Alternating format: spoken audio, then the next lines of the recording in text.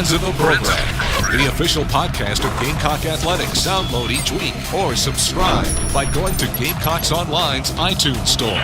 Now, Andy Demetra. Thank you, Jeff Lawrence, and welcome to episode number 4 of the Friends of the Program podcast on GamecocksOnline.com and the Gamecock ISP Sports Network. My name is Andy Demetra, and we have just an amazing show this week from CBS Sports. You see him as the analyst on CBS's Final Four coverage, and he'll be alongside Jim Nantz on the National Championship game telecast. The best analyst in college basketball, but don't take my word for it.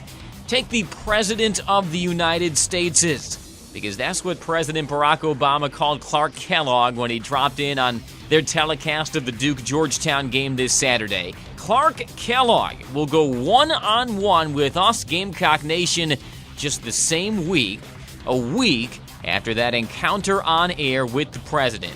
Pretty cool. Also, Steve Spinella, Gamecock fans have gotten to know Spin's exploits on the floor the last couple of weeks. We'll get to know Spin off the floor in our Courtside Confidential series. Best way to be a friend of Friends of the Program is to subscribe to the Gamecocks iTunes store. Follow the links on the men's basketball page of GamecocksOnline.com.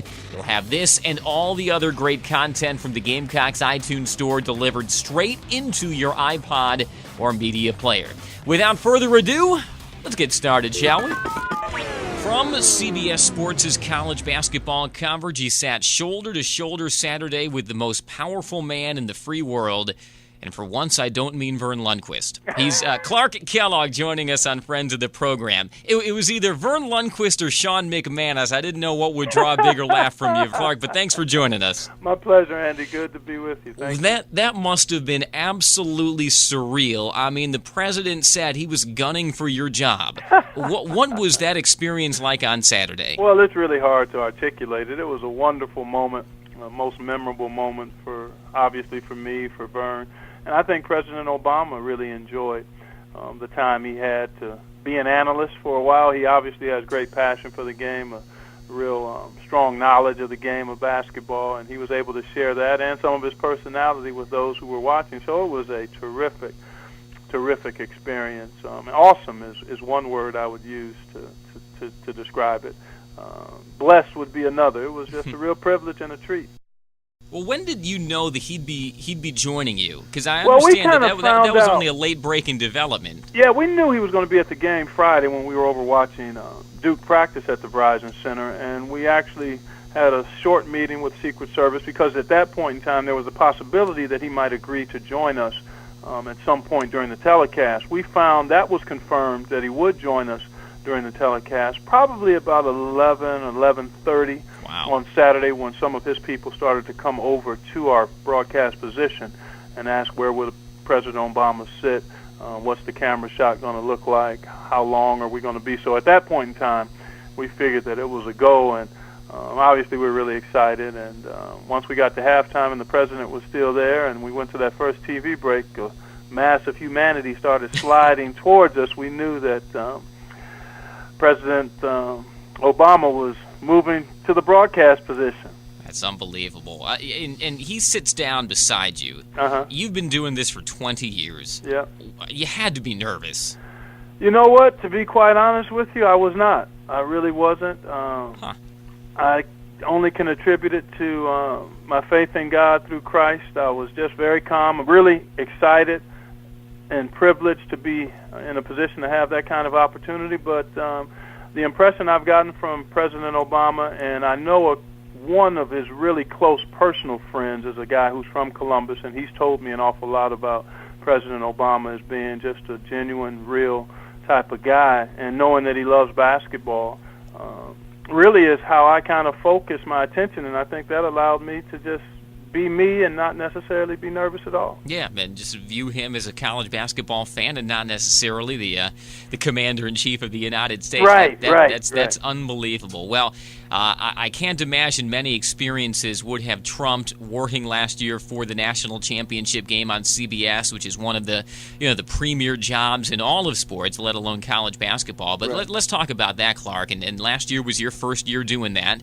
What kind of preparation goes into that Final Four weekend for you as an analyst? You have to know 4 teams inside and out, and so many eyeballs and so many ears will be watching and listening to you. Take folks behind the curtain a little bit, and what kind of prep went into that weekend? Well, you know what, Andy, to be quite honest with you, I've been doing the studio show for CBS for the last 12 years prior to being moved into Billy Packer's position as a lead analyst. So I approach my preparation in much the same way as I had prepared for the studio, being abreast of teams throughout the season, zeroing in on teams as they advance throughout the tournament. And so from that standpoint, it wasn't really that different. And I tried not to get too hung up on the new role and the responsibility that role brings with it. I really tried to approach it as just another broadcast, another game. Clearly it's not, and it was my first time doing it, so I was very, very excited, very humbled by the privilege.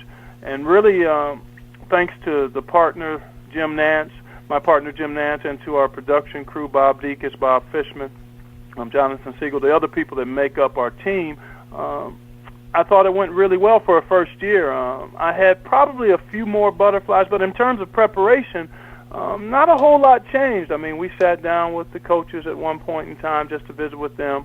I had watched all of those teams countless times, either in person or on television or on tape prior to the Final Four Saturday and then Championship Monday. So I was very familiar with the teams and the storylines, and I always try to leave room for the game to dictate what my comments will be, and that's really how I approached it, and that's how I always have approached it, and I'll continue to do that even as we move forward in this role. Well, let's hope that if everything works out, you might be learning more about the Gamecocks as we go into the NCAA tournament. Oh, yeah. The Gamecocks are certainly, their RPI took a spike this past week from 88 before the Kentucky game to now 58 after the Kentucky game, so they might be in the conversation for Selection Sunday, and that's where I want to go next, Clark. And you'd mentioned you'd been part of the studio crew now for so many years on that Selection Sunday, and I just got to ask you, what is it like receiving those brackets before everyone else? That's got to be one of the coolest things. It is one of the coolest things, but it's also one of the most stressful things because typically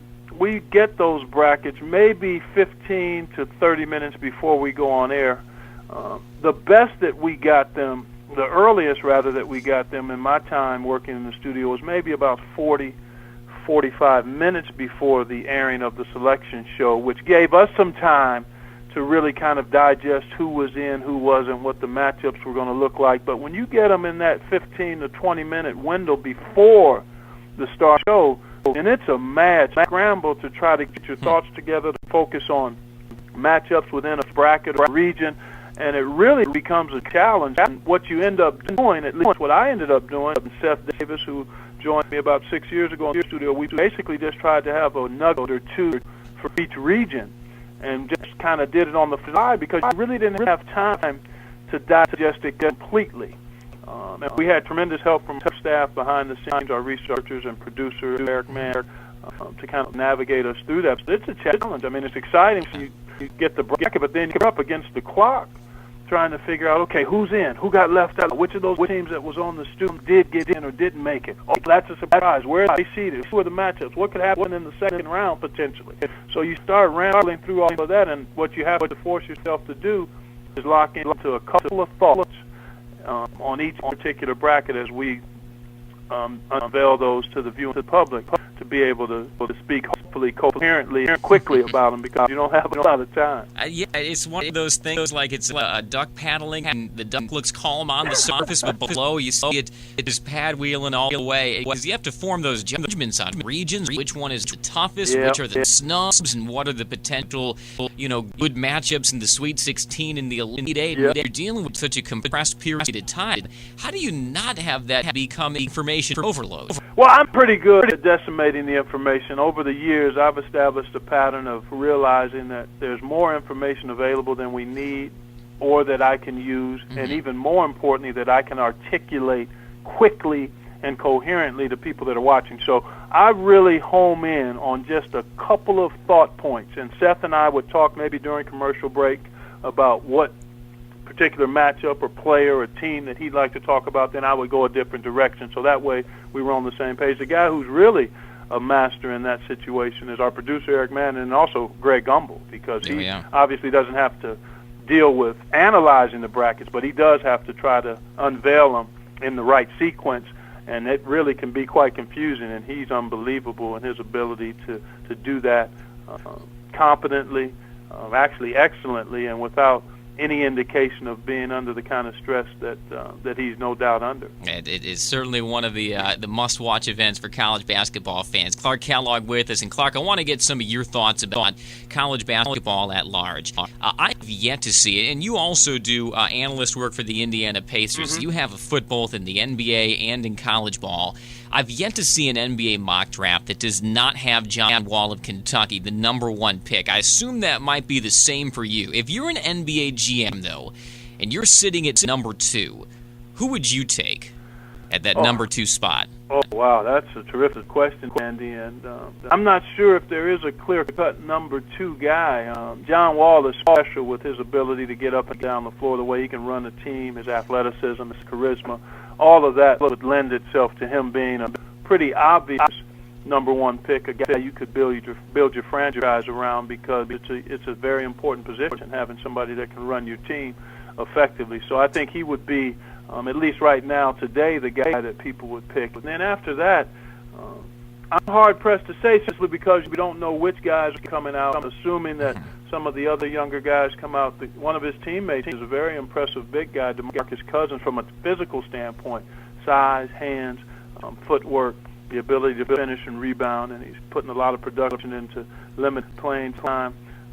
Cole Aldridge out of Kansas is another underclassman who potentially could leave early. He certainly has tremendous upside as a guy who could be a really good pro at the center position. But beyond that, I don't know if there's a definitive number 2 guy, at least in my mind, once you get beyond perhaps the brilliance of John Wall. Well, I admired your restraint in not immediately leaping after a Buckeye and Evan Turner, so I admire that, Clark. Villanova is now number 2 in the nation, and they got the bump from the Gamecocks indirectly when Carolina beat Kentucky. That slid the Wildcats down to number 3, and now Villanova is at number 2. They defeated Seton Hall, and they this week they play at Georgetown on Saturday. They're number 2 in the nation, yet they might not have, Clark, a first-round NBA draft pick on that roster, which is extremely rare for such a loftily ranked team. What makes Villanova so good? Well, I think it's a number of things. I think, one, it's the number of outstanding perimeter and wing players, guards and wing players that they have. Scotty Reynolds is having a fabulous senior season, and I think he's on anybody's list as a Player of the Year candidate in the country, not just in the Big East. The way he's produced, when he's produced his plays that have changed games or helped win games, he's just been an outstanding leader for that team. But I think it's the strength. The strength of the team is in its backcourt. They're tough. They're aggressive. They get into the lane. They create shots for other people. And they've got a number of guys that can do that. I mean, Reggie Redding. I mentioned Scotty Reynolds. Both Coreys, Fisher and Stokes. And I think their big guys are starting to come along and will be better as the season goes on. So I think it's their chemistry and their ability to attack you from a number of positions on the perimeter. And their experience. I mean, they're an experienced group when you look at their backcourt with Stokes and Fisher and certainly Redding, and then also Scotty Reynolds. So I think that makes them a team that's going to be hard to knock out when the tournament starts. Which team do you think, Clark, can beat you in the most number of ways among those top 5? I would probably lean towards a couple of teams there. I like what Syracuse is able to show you with the zone defense and its activity and length. They're excellent in transition as an offensive team. They've got multiple weapons. I also like Kansas. Perhaps Kansas, to me, has the best balance of talent and experience in terms of making a 6-game run in the tournament. Texas has a lot of different components, but they haven't quite come together as well as they very well could between now and the start of the tournament. But they have tremendous talent. But I think Kansas and Syracuse, to me, of the top 5 teams, look the most explosive. And Kentucky, while young, is extremely talented, but I don't know if they can be as effective in the half court as what I think Kansas and Syracuse can be. All right, and the Gamecocks, of course, Clark, saw Kentucky here last Tuesday. Devin Downey had 30 more points in that game. Have you seen any Devin Downey highlights this year? And if so, what are your thoughts about the Gamecocks senior point guard? Well, I love what he can do. He's a guy who's basically able to get where he wants to, when he wants to. He's fearless. He's able to make the deep shot. He can get into the lane. He can take contact. He's an excellent free throw shooter. I mean, he's a guy that can get you points when you need points manufactured. And when you have somebody like that who has that ability, and I think Devin is he a fifth-year senior? No, he's a fifth-year senior. No, Devin's a fifth-year senior because he started at Cincinnati. That's right. That's what I thought. And then sat out his transfer year. That's experience, and he's playing with tremendous hunger and focus. So when you got a guy like that who has the ball in his hands and can do what he does, you have a chance to knock people off. So I'm looking forward to seeing how South Carolina progresses the rest of the way, because he's the kind of guy that can elevate a team to great heights. Not going to be easy, but then again, rarely is it. Finally, Clark, we talk about Selection Sunday and all that goes on beneath the surface and behind the scenes. Do you have one favorite story from when you were on the anchor desk on a Selection Sunday? Give me the best story from the memoirs. Well, it may not have been Selection Sunday itself, Andy, but it was around the time that we were building towards Selection Sunday, and we had gone. Actually, it may have been during the Selection Sunday show. We had actually determined what our final 4 picks were going to be, and in rehearsal, I had indicated 4 teams, but I forgot when we went live which teams I had picked as my final 4 teams. And on the air, I actually blurted out, did I pick those teams? And nobody other than the folks who were in the studio could realize that there had been a difference between the rehearsal and then what had shown up on the screen, and that's why my reaction was what it was. But I tend to laugh every time I think about that, and I know it's something that Seth laughs about all the time because of how I reacted live on air in surprise of what I had actually picked. Well, I just had forgotten about it. Now that everybody knows how that show operates, I don't think anybody can blame you for blanking out. Well, Clark, we really appreciate it. So generous with your time. And when the Gamecocks go to Tennessee and Knoxville on Saturday, I might have to drop in a lower body root canal reference just in your honor. So, Clark Kellogg, thanks so much. We'll be looking for you. We'll certainly be listening and watching. And thanks for being a friend of the program. Oh, my pleasure, Andy. Good luck the rest of the way. And hopefully we'll be talking about the Gamecocks after that second week of March. Oh, we certainly hope so as well. 1:12 to play. Spinella wide open 3. Bottoms! Right corner for spin. Downey out front. Spinella right side of 3. Got it again! We're tied at 36. 2 straight bombs by Steve Spinella. All right, here with Steve Spinella, the freshman. And, Steve, you've really come alive the last couple of games on offense against Georgia, defensively against Kentucky. We'll start there. Darren Horn brings you on, late minutes, trying to preserve a lead, and you're guarding John Wall. What was that experience like, especially given the circumstances? What was going through your mind and maybe your stomach as well? Man, I just went out there. I was like, let me do my job. Let me try and lock up one of the best players in college basketball. And that's really all I was thinking. What can I do to help my team out? What could I do to help my team win? And I just locked down, did all I could do on defense, and we won the game. Was there a moment during the game where you realized, wow, I'm guarding John Wall right here. We might beat the #1 team in the country. That's a pretty hefty responsibility. I mean, of course, #1 team in the country. Right now, the #1 player in the country. As a freshman, obviously, I'm coming in. Even when I was out on the court, I'm doing a good job. I'm playing #1 team, #1 player in the country right now. I mean, yeah, it's going through our mind. Yeah, I'm thinking about that, but it's not taking away how hard I'm going to be playing, what I'm going to be doing for my team. I'm still going to be doing the same thing regardless. Let's talk about your recruiting. And obviously from Colts Neck, New Jersey, you spent a postgraduate year at Apex Academy. Tell me what kinds of looks you were getting as a senior in high school, and did that motivate your desire to spend a postgraduate year? Well, as a senior in high school, I was getting a couple looks. I was getting a lot of mid-major schools, no really big-time schools, so I decided to go to prep school for the basketball aspect. I was finished with all my school and stuff, so I went to prep school for the basketball aspect. Went through prep school the first 2 months. Whole new player, lifting weights and all that stuff. A lot of big-time schools started coming in. So that really motivated me. I wanted to go to the highest level, and I guess I achieved my goal going to prep school.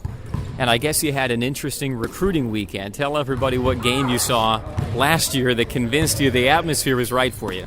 Florida game when Zam Frederick hit the buzzer beater with like 3 seconds to go or something. It was almost like the Kentucky game. Fans stormed the court. It was an unbelievable experience. We've seen your confidence really grow. Sometimes they talk about the freshman wall, but it seems your minutes and your confidence has increased as we get into SEC play. Was it a struggle at first with your confidence playing not only against a different level of competition in college, but also at a speed and pace that might not have been what you were accustomed to? I mean, the pace, obviously, coming out of high school, transition, the first half of the season. When we came back from Christmas break, that's when I really started to get used to the speed of the game. My confidence started rising. It wasn't as quick. And I just started playing, going out, doing what I could do, playing my role, and it's all starting to come together now. Obviously, some distance between New Jersey and South Carolina. Your family get to go to many of your games? Yeah, actually, they been to almost every one of our games except for the away games. They might have missed 1 or 2 home games, but how did they make that work all the way from New Jersey? Frequent flyer miles? I have no idea, but just want to come see me play, so I guess they make it happen. All right, Steve Spinella with us. Let's get down to brass tacks. How much grief do you get for Jersey Shore?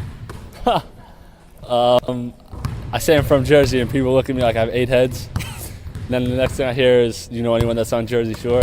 And? Nope. Okay. Can't say I do. Well, you realize some enterprising students in the Garnet Army, when you sub in or sub out at home games, have now taken to, I think, fist pumping in your tribute. Have you noticed that? I have not noticed that. So I guess it's not a great publicity tool for a guy like you here in South Carolina? No, it's not. What are your goals here for the rest of the season individually? Obviously, we all know the team's goals are one and the same, but for you as a ball player and in your development here at South Carolina? I'm just trying to get better. Every time I step out on the court, I just want to win now. I'm trying to help do everything I could to make my team win, even in practice, and it's carrying over to the games now. So that's basically, I'm just trying to become more of a winner, get better individually, and as a team collectively get better as well. My friend who speaks Italian wanted me to ask if you knew what Spinella translates into from Italian. I do not. You do not know. I will tell you. It is from spina, and Spinella means little thorn. And you have certainly been a thorn in the sides of, say, the Wildcats and the Bulldogs as late. So there you go. Take that knowledge and use it wisely, Spin. All right, I will. All right, Steve Spinella, thanks for being a friend of the program. Thank you. And thanks as well to Clark Kellogg of CBS Sports. We really appreciate him setting some time aside to talk exclusively with Gamecock Nation on Friends of the Program. Once again, to listen every week to Friends of the Program, subscribe to the Gamecocks iTunes Store. Go to the men's basketball page on GamecocksOnline.com. Click on the Gamecock iTunes link. Get yourself set up, and you'll have this delivered exclusively to you each and every Wednesday. We'll be in Knoxville on Saturday for the Tennessee game. Big game, big broadcast. Make sure to join us statewide on the Gamecock ISP Sports Network. Our pregame show begins at 5:30. Tip-off between the Vols and the Gamecocks at 6 straight up. Once again, my name is Andy Demetra. That'll do it for this week. Thanks again for being a friend of the program. We'll see you next week. Friends of the Program is a presentation of Gamecock Athletics and the Gamecock ISP Sports Network.